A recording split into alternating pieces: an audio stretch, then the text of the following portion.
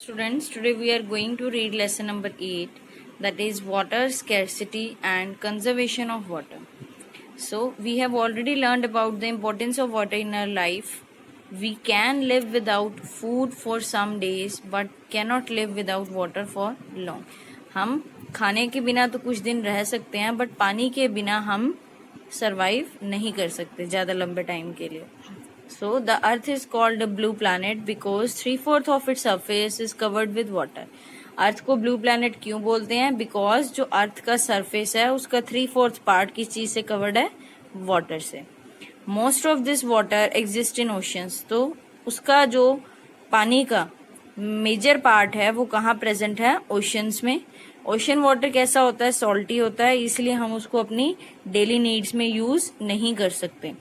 Only A small part of water is fresh water. Only जो पानी का बहुत एक छोटा पार्ट है जो फ्रेश वाटर है और जो कहाँ प्रेजेंट होता है? रिवर्स में, स्ट्रीम्स में, लेक्स में, और जिनको हम अपनी डेली नीड्स के लिए उस फ्रेश वाटर को यूज करते हैं. This means that the amount of water available for our survival is limited. इसका मतलब हमें सर्वाइव करने के लिए जो हमारे लिए अमाउंट ऑफ वाटर है वो लिमिटेड क्वांटिटी में है. It means this limited amount of fresh water is further decreasing. अब क्या हो रहा है? डे बाय डे जो ये लिमिटेड अमाउंट है फ्रेश वाटर का ये कम होता जा रहा है ड्यू टू वेरियस फैक्टर्स. इस वजह से जो पानी है उसकी क्या है? स्कैरसिटी. स्कैरसिटी मीन्स कमी. Now the factors causing shortage of water. अब पानी की कमी किन चीजों की वजह से हो रही है, किन फैक्टर्स की वजह से हो रही है वो पढ़ेंगे हम. फर्स्ट है population. With the increase in population the demand for water has also increased. अब जैसे जैसे पॉपुलेशन बढ़ेगी, लोग बढ़ेंगे, पानी की डिमांड भी बढ़ेगी. तो more people need more water but the supply is not increasing. अब लोग ज्यादा होंगे तो पानी भी ज्यादा चाहिए, लेकिन जो सप्लाई है वो उतनी है, वो इंक्रीज नहीं हो रही है. Hence the amount of water available for each person is decreasing. इसलिए हर एक पर्सन के लिए जो अमाउंट ऑफ वाटर अवेलेबल है वो क्या होता जा रहा है? कम होता जा रहा है. ठीक है. सेकेंड है deforestation. Rain and snow are the two main natural sources of water. या तो बर्फ या फिर बारिश, वो दो क्या हैं? मेन नेचुरल सोर्सेज हैं पानी के. However, the amount of rainfall and snowfall is decreasing due to the changes in climate. लेकिन क्या हो रहा है? क्लाइमेट चेंजेस की वजह से, क्लाइमेटिक चेंजेस की वजह से जो अमाउंट है रेनफॉल का और स्नोफॉल का वो क्या होता जा रहा है? कम होता जा रहा है. So these changes are caused by various undesirable human activities. तो ये जो चेंजेस हो रहे हैं, क्लाइमेटिक चेंजेस, ये किस वजह से हो रहे हैं? ह्यूमन एक्टिविटीज की वजह से. जो अनडिजायरेबल ह्यूमन एक्टिविटीज है मीन्स जिसकी जरूरत नहीं है तब भी वो एक्टिविटीज हो रही हैं, और जिस वजह से क्लाइमेटिक चेंजेस की वजह से जो अमाउंट ऑफ रेनफॉल और स्नोफॉल है वो डिक्रीज हो रहा है. Deforestation means cutting of trees in the forest is one such activity. So deforestation भी एक ऐसी अनडिजायरेबल ह्यूमन एक्टिविटी है जिसकी वजह से क्लाइमेटिक चेंजेस हो रहे हैं. So trees are cut and forest are being cleared. क्या होता है? ट्रीज को काटा जा रहा है और ऐसे ट्रीज को कट करते करते जो फॉरेस्ट है पूरे का पूरा वो क्लियर हो रहा है. किस चीज के लिए? For building houses and factories. Houses और फैक्ट्रीज बनाने के लिए. Some people cut trees just for earning money by selling the wood of these trees. और कुछ लोग सिर्फ इसलिए पेड़ काट रहे हैं ताकि वो मनी अर्न कर सके. कहाँ से? उन ट्रीज की जो वुड होती है, लकड़ी होती है, उसको बेच के. At present, the number of trees being cut is more than that being planted. आज के टाइम में क्या है? जो पेड़ जितनी स्पीड से कट रहे हैं, मतलब जो नंबर ऑफ ट्रीज है जिनको काटा जा रहा है वो बहुत ज्यादा है as comparison to number of trees जो प्लांट हो रहे हैं. ठीक है. तो उससे क्या हो रहा है? This decrease in the number of trees result in the decrease in rainfall. तो ये जो नंबर ऑफ ट्रीज का डिक्रीज है इस वजह से जो बारिश है उसमें भी क्या आ रही है? कमी आ रही है, कम हो रही है. Strict steps should be taken to prevent deforestation. Strict steps लिए जाने चाहिए जिससे कि जो डिफोरेस्टेशन है मीन्स पेड़ों को काटना वो हम रोक सकें. More and more trees should be planted to maintain the balance in nature. Nature में बैलेंस को मेंटेन करने के लिए हमें ज्यादा से ज्यादा पेड़ लगाने चाहिए. Third factor is setting up of factories. Big factories are being set up at different places. बड़ी बड़ी फैक्ट्रीज हैं जो सेटअप की जा रही हैं, बनाई जा रही हैं अलग अलग जगह पे, ताकि जो ग्रोइंग डिमांड है फूड स्टफ की, क्लोथिंग की और दूसरे चीजों की वो पूरी कर सकें। तो फैक्ट्रीज को आपको पता है पानी की बहुत ज्यादा क्वांटिटी में रिक्वायरमेंट होती है। They fulfil this need by using underground water. तो अब वो फैक्ट्रीज अपनी नीड को कैसे पूरा करती हैं पानी की, जो अंडरग्राउंड पानी होता है, अंडरग्राउंड वाटर होता है, उसको यूज करके। अब क्या होगा, due to shortage of rainfall बारिश कम आएगी तो अंडरग्राउंड वाटर है वो फिलअप नहीं हो पाएगा जितना वो यूज हुआ है, तो जिससे कि जो अंडरग्राउंड वाटर का लेवल है उसमें क्या आएगा, डिक्रीज आएगा, मतलब वो कम हो जाएगा। अगर बारिश भी उतनी आती है तो क्या होगा, जो पानी अंडरग्राउंड वाटर फैक्ट्रीज ने यूज किया वो सारा क्या हो जाएगा, बैलेंस हो जाएगा। लेकिन अगर अमाउंट ऑफ रेनफॉल भी कम है तो उससे क्या होगा, जो पानी का लेवल है, अंडरग्राउंड वाटर का लेवल है, उसमें शार्प डिक्रीज आएगा। The next topic is need for conserving water. अब पानी को बचाने की जरूरत क्यों है? Water is the gift of nature for all living beings. जो पानी है हमारे लिए एक नेचर का गिफ्ट है हम सबके लिए। It is precious. If we continue to waste our water resources carelessly, a time can come when there will not be enough water for all of us. अगर हम पानी के रिसोर्सेज को इसी तरीके से केयरलेसली यूज करते जाएंगे तो एक टाइम ऐसा आएगा जब हम लोगों के लिए पानी नहीं बचेगा।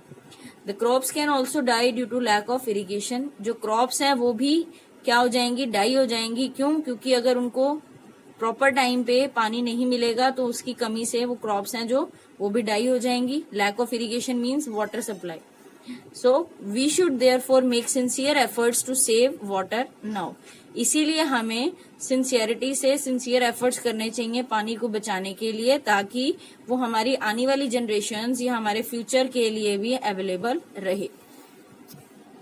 We can save water by avoiding its over usages and wastage. हम पानी को कैसे बचा सकते हैं? जो हम उसको ओवर यूज करते हैं उसको अवॉइड करके और उसकी वेस्टेज को रोक के। Proper and careful utilization of water, avoiding its wastage and maintaining the amount of water in its different sources is called water conservation. Water conservation किसको बोलते हैं? अगर हम पानी का यूज प्रॉपर और केयरफुली करते हैं, उसकी वेस्टेज को रोकते हैं और जो उसके डिफरेंट सोर्सेज हैं, वाटर बॉडीज हैं जैसे, उनमें भी जो पानी का अमाउंट है उसको मेंटेन करके रखते हैं, तो इस सारी प्रोसेस को क्या बोलते हैं? Water conservation. Now the next topic is ways of conserving water. अब पानी को हम कैसे बचा सकते हैं? We can avoid wastage of water in our daily life by adopting the following measures. अब हम पानी की वेस्टेज को कैसे अवॉइड कर सकते हैं? आपको कुछ पॉइंट्स गिवन है, उनको फॉलो करके। First one is turn off the tap after using it. पानी जितना आपको चाहिए यूज कर लिया तो आप पानी जो टैप है उसको ऑफ कर दो, टर्न ऑफ कर दो। Do not keep the tap running while brushing teeth और वॉशिंग हैंड्स। और जो टैप है उसको ये नहीं है कि आप चलता छोड़ दो जब तक आप ब्रश कर रहे हो, मीन्स जहां उसका यूज नहीं है वहां पानी की जो टैप है उसको ऑफ करो। Use a mug and bucket to take bath instead of a shower. अब मग और बकेट का यूज होना चाहिए नहाने के लिए इंस्टेड ऑफ अ शावर, क्योंकि उसमें पानी की वेस्टेज होती है। Water the plants with a bucket and a mug instead of a pipe. अब पाइप से ज्यादा बेटर है कि हम पानी जब देते हैं पौधों को, प्लांट्स को, तो वो बकेट और मग के साथ दिया जाना चाहिए ताकि वो प्रॉपर यूटिलाइज हो सके और उसकी वेस्टेज ना हो। Take only that much water in a tumbler that you can drink. अगर हमें पानी पीने के लिए चाहिए तो हमें उतना ही पानी पीना चाहिए, जितना लेना चाहिए जितना हमें पीना है, जिससे कि हम वेस्टेज को अवॉइड कर सकते हैं। Do not throw the leftover water in the sink. हम क्या करते हैं, जो बचा हुआ पानी होता है ग्लास में, हम उसको थ्रो कर देते हैं सिंक में, है ना। तो हमें वो सिंक में थ्रो करने से बेटर है कि हम उसको प्लांट्स को दे दें, प्लांट्स को सप्लाई कर दें वो वाटर, जिससे वो यूज कर सकें उसको। Do not throw away water use for washing vegetables, rice और pulses, use it for watering plants. तो जिस पानी को हम सब्जी धोने में या फ्रूट्स वॉश करने में या राइस या पल्सेस वॉश करने में यूज करते हैं उसको हमें गिरना नहीं चाहिए, उसको हम प्लांट्स को वाटरिंग करने के लिए यूज कर सकते हैं। Get the leaking pipes and taps repaired immediately. अब वो कह रहे हैं आपके घर में अगर कोई पाइप्स या टैप्स हैं जिसमें लीकेज होती है, वाटर लीकेज होती है, तो उसको जल्दी से जल्दी रिपेयर करवाओ ताकि जो पानी है वो वेस्ट ना हो।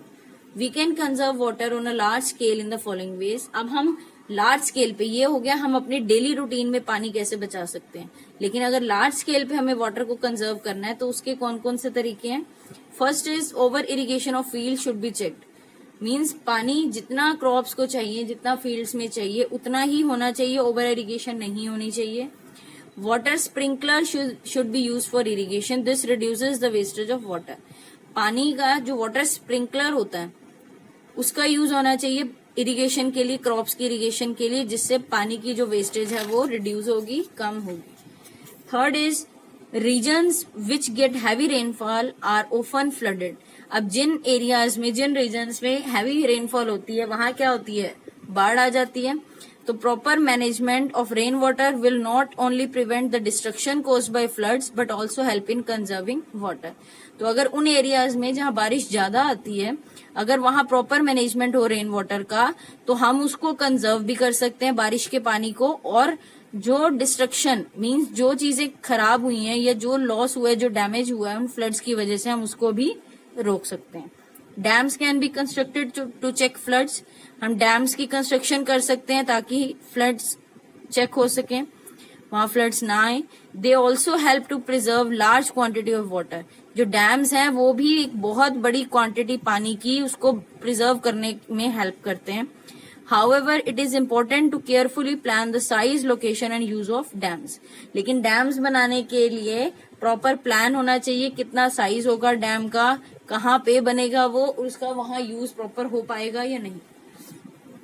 ठीक है. And the last point is we all need to do as much as harvesting of rain water as possible.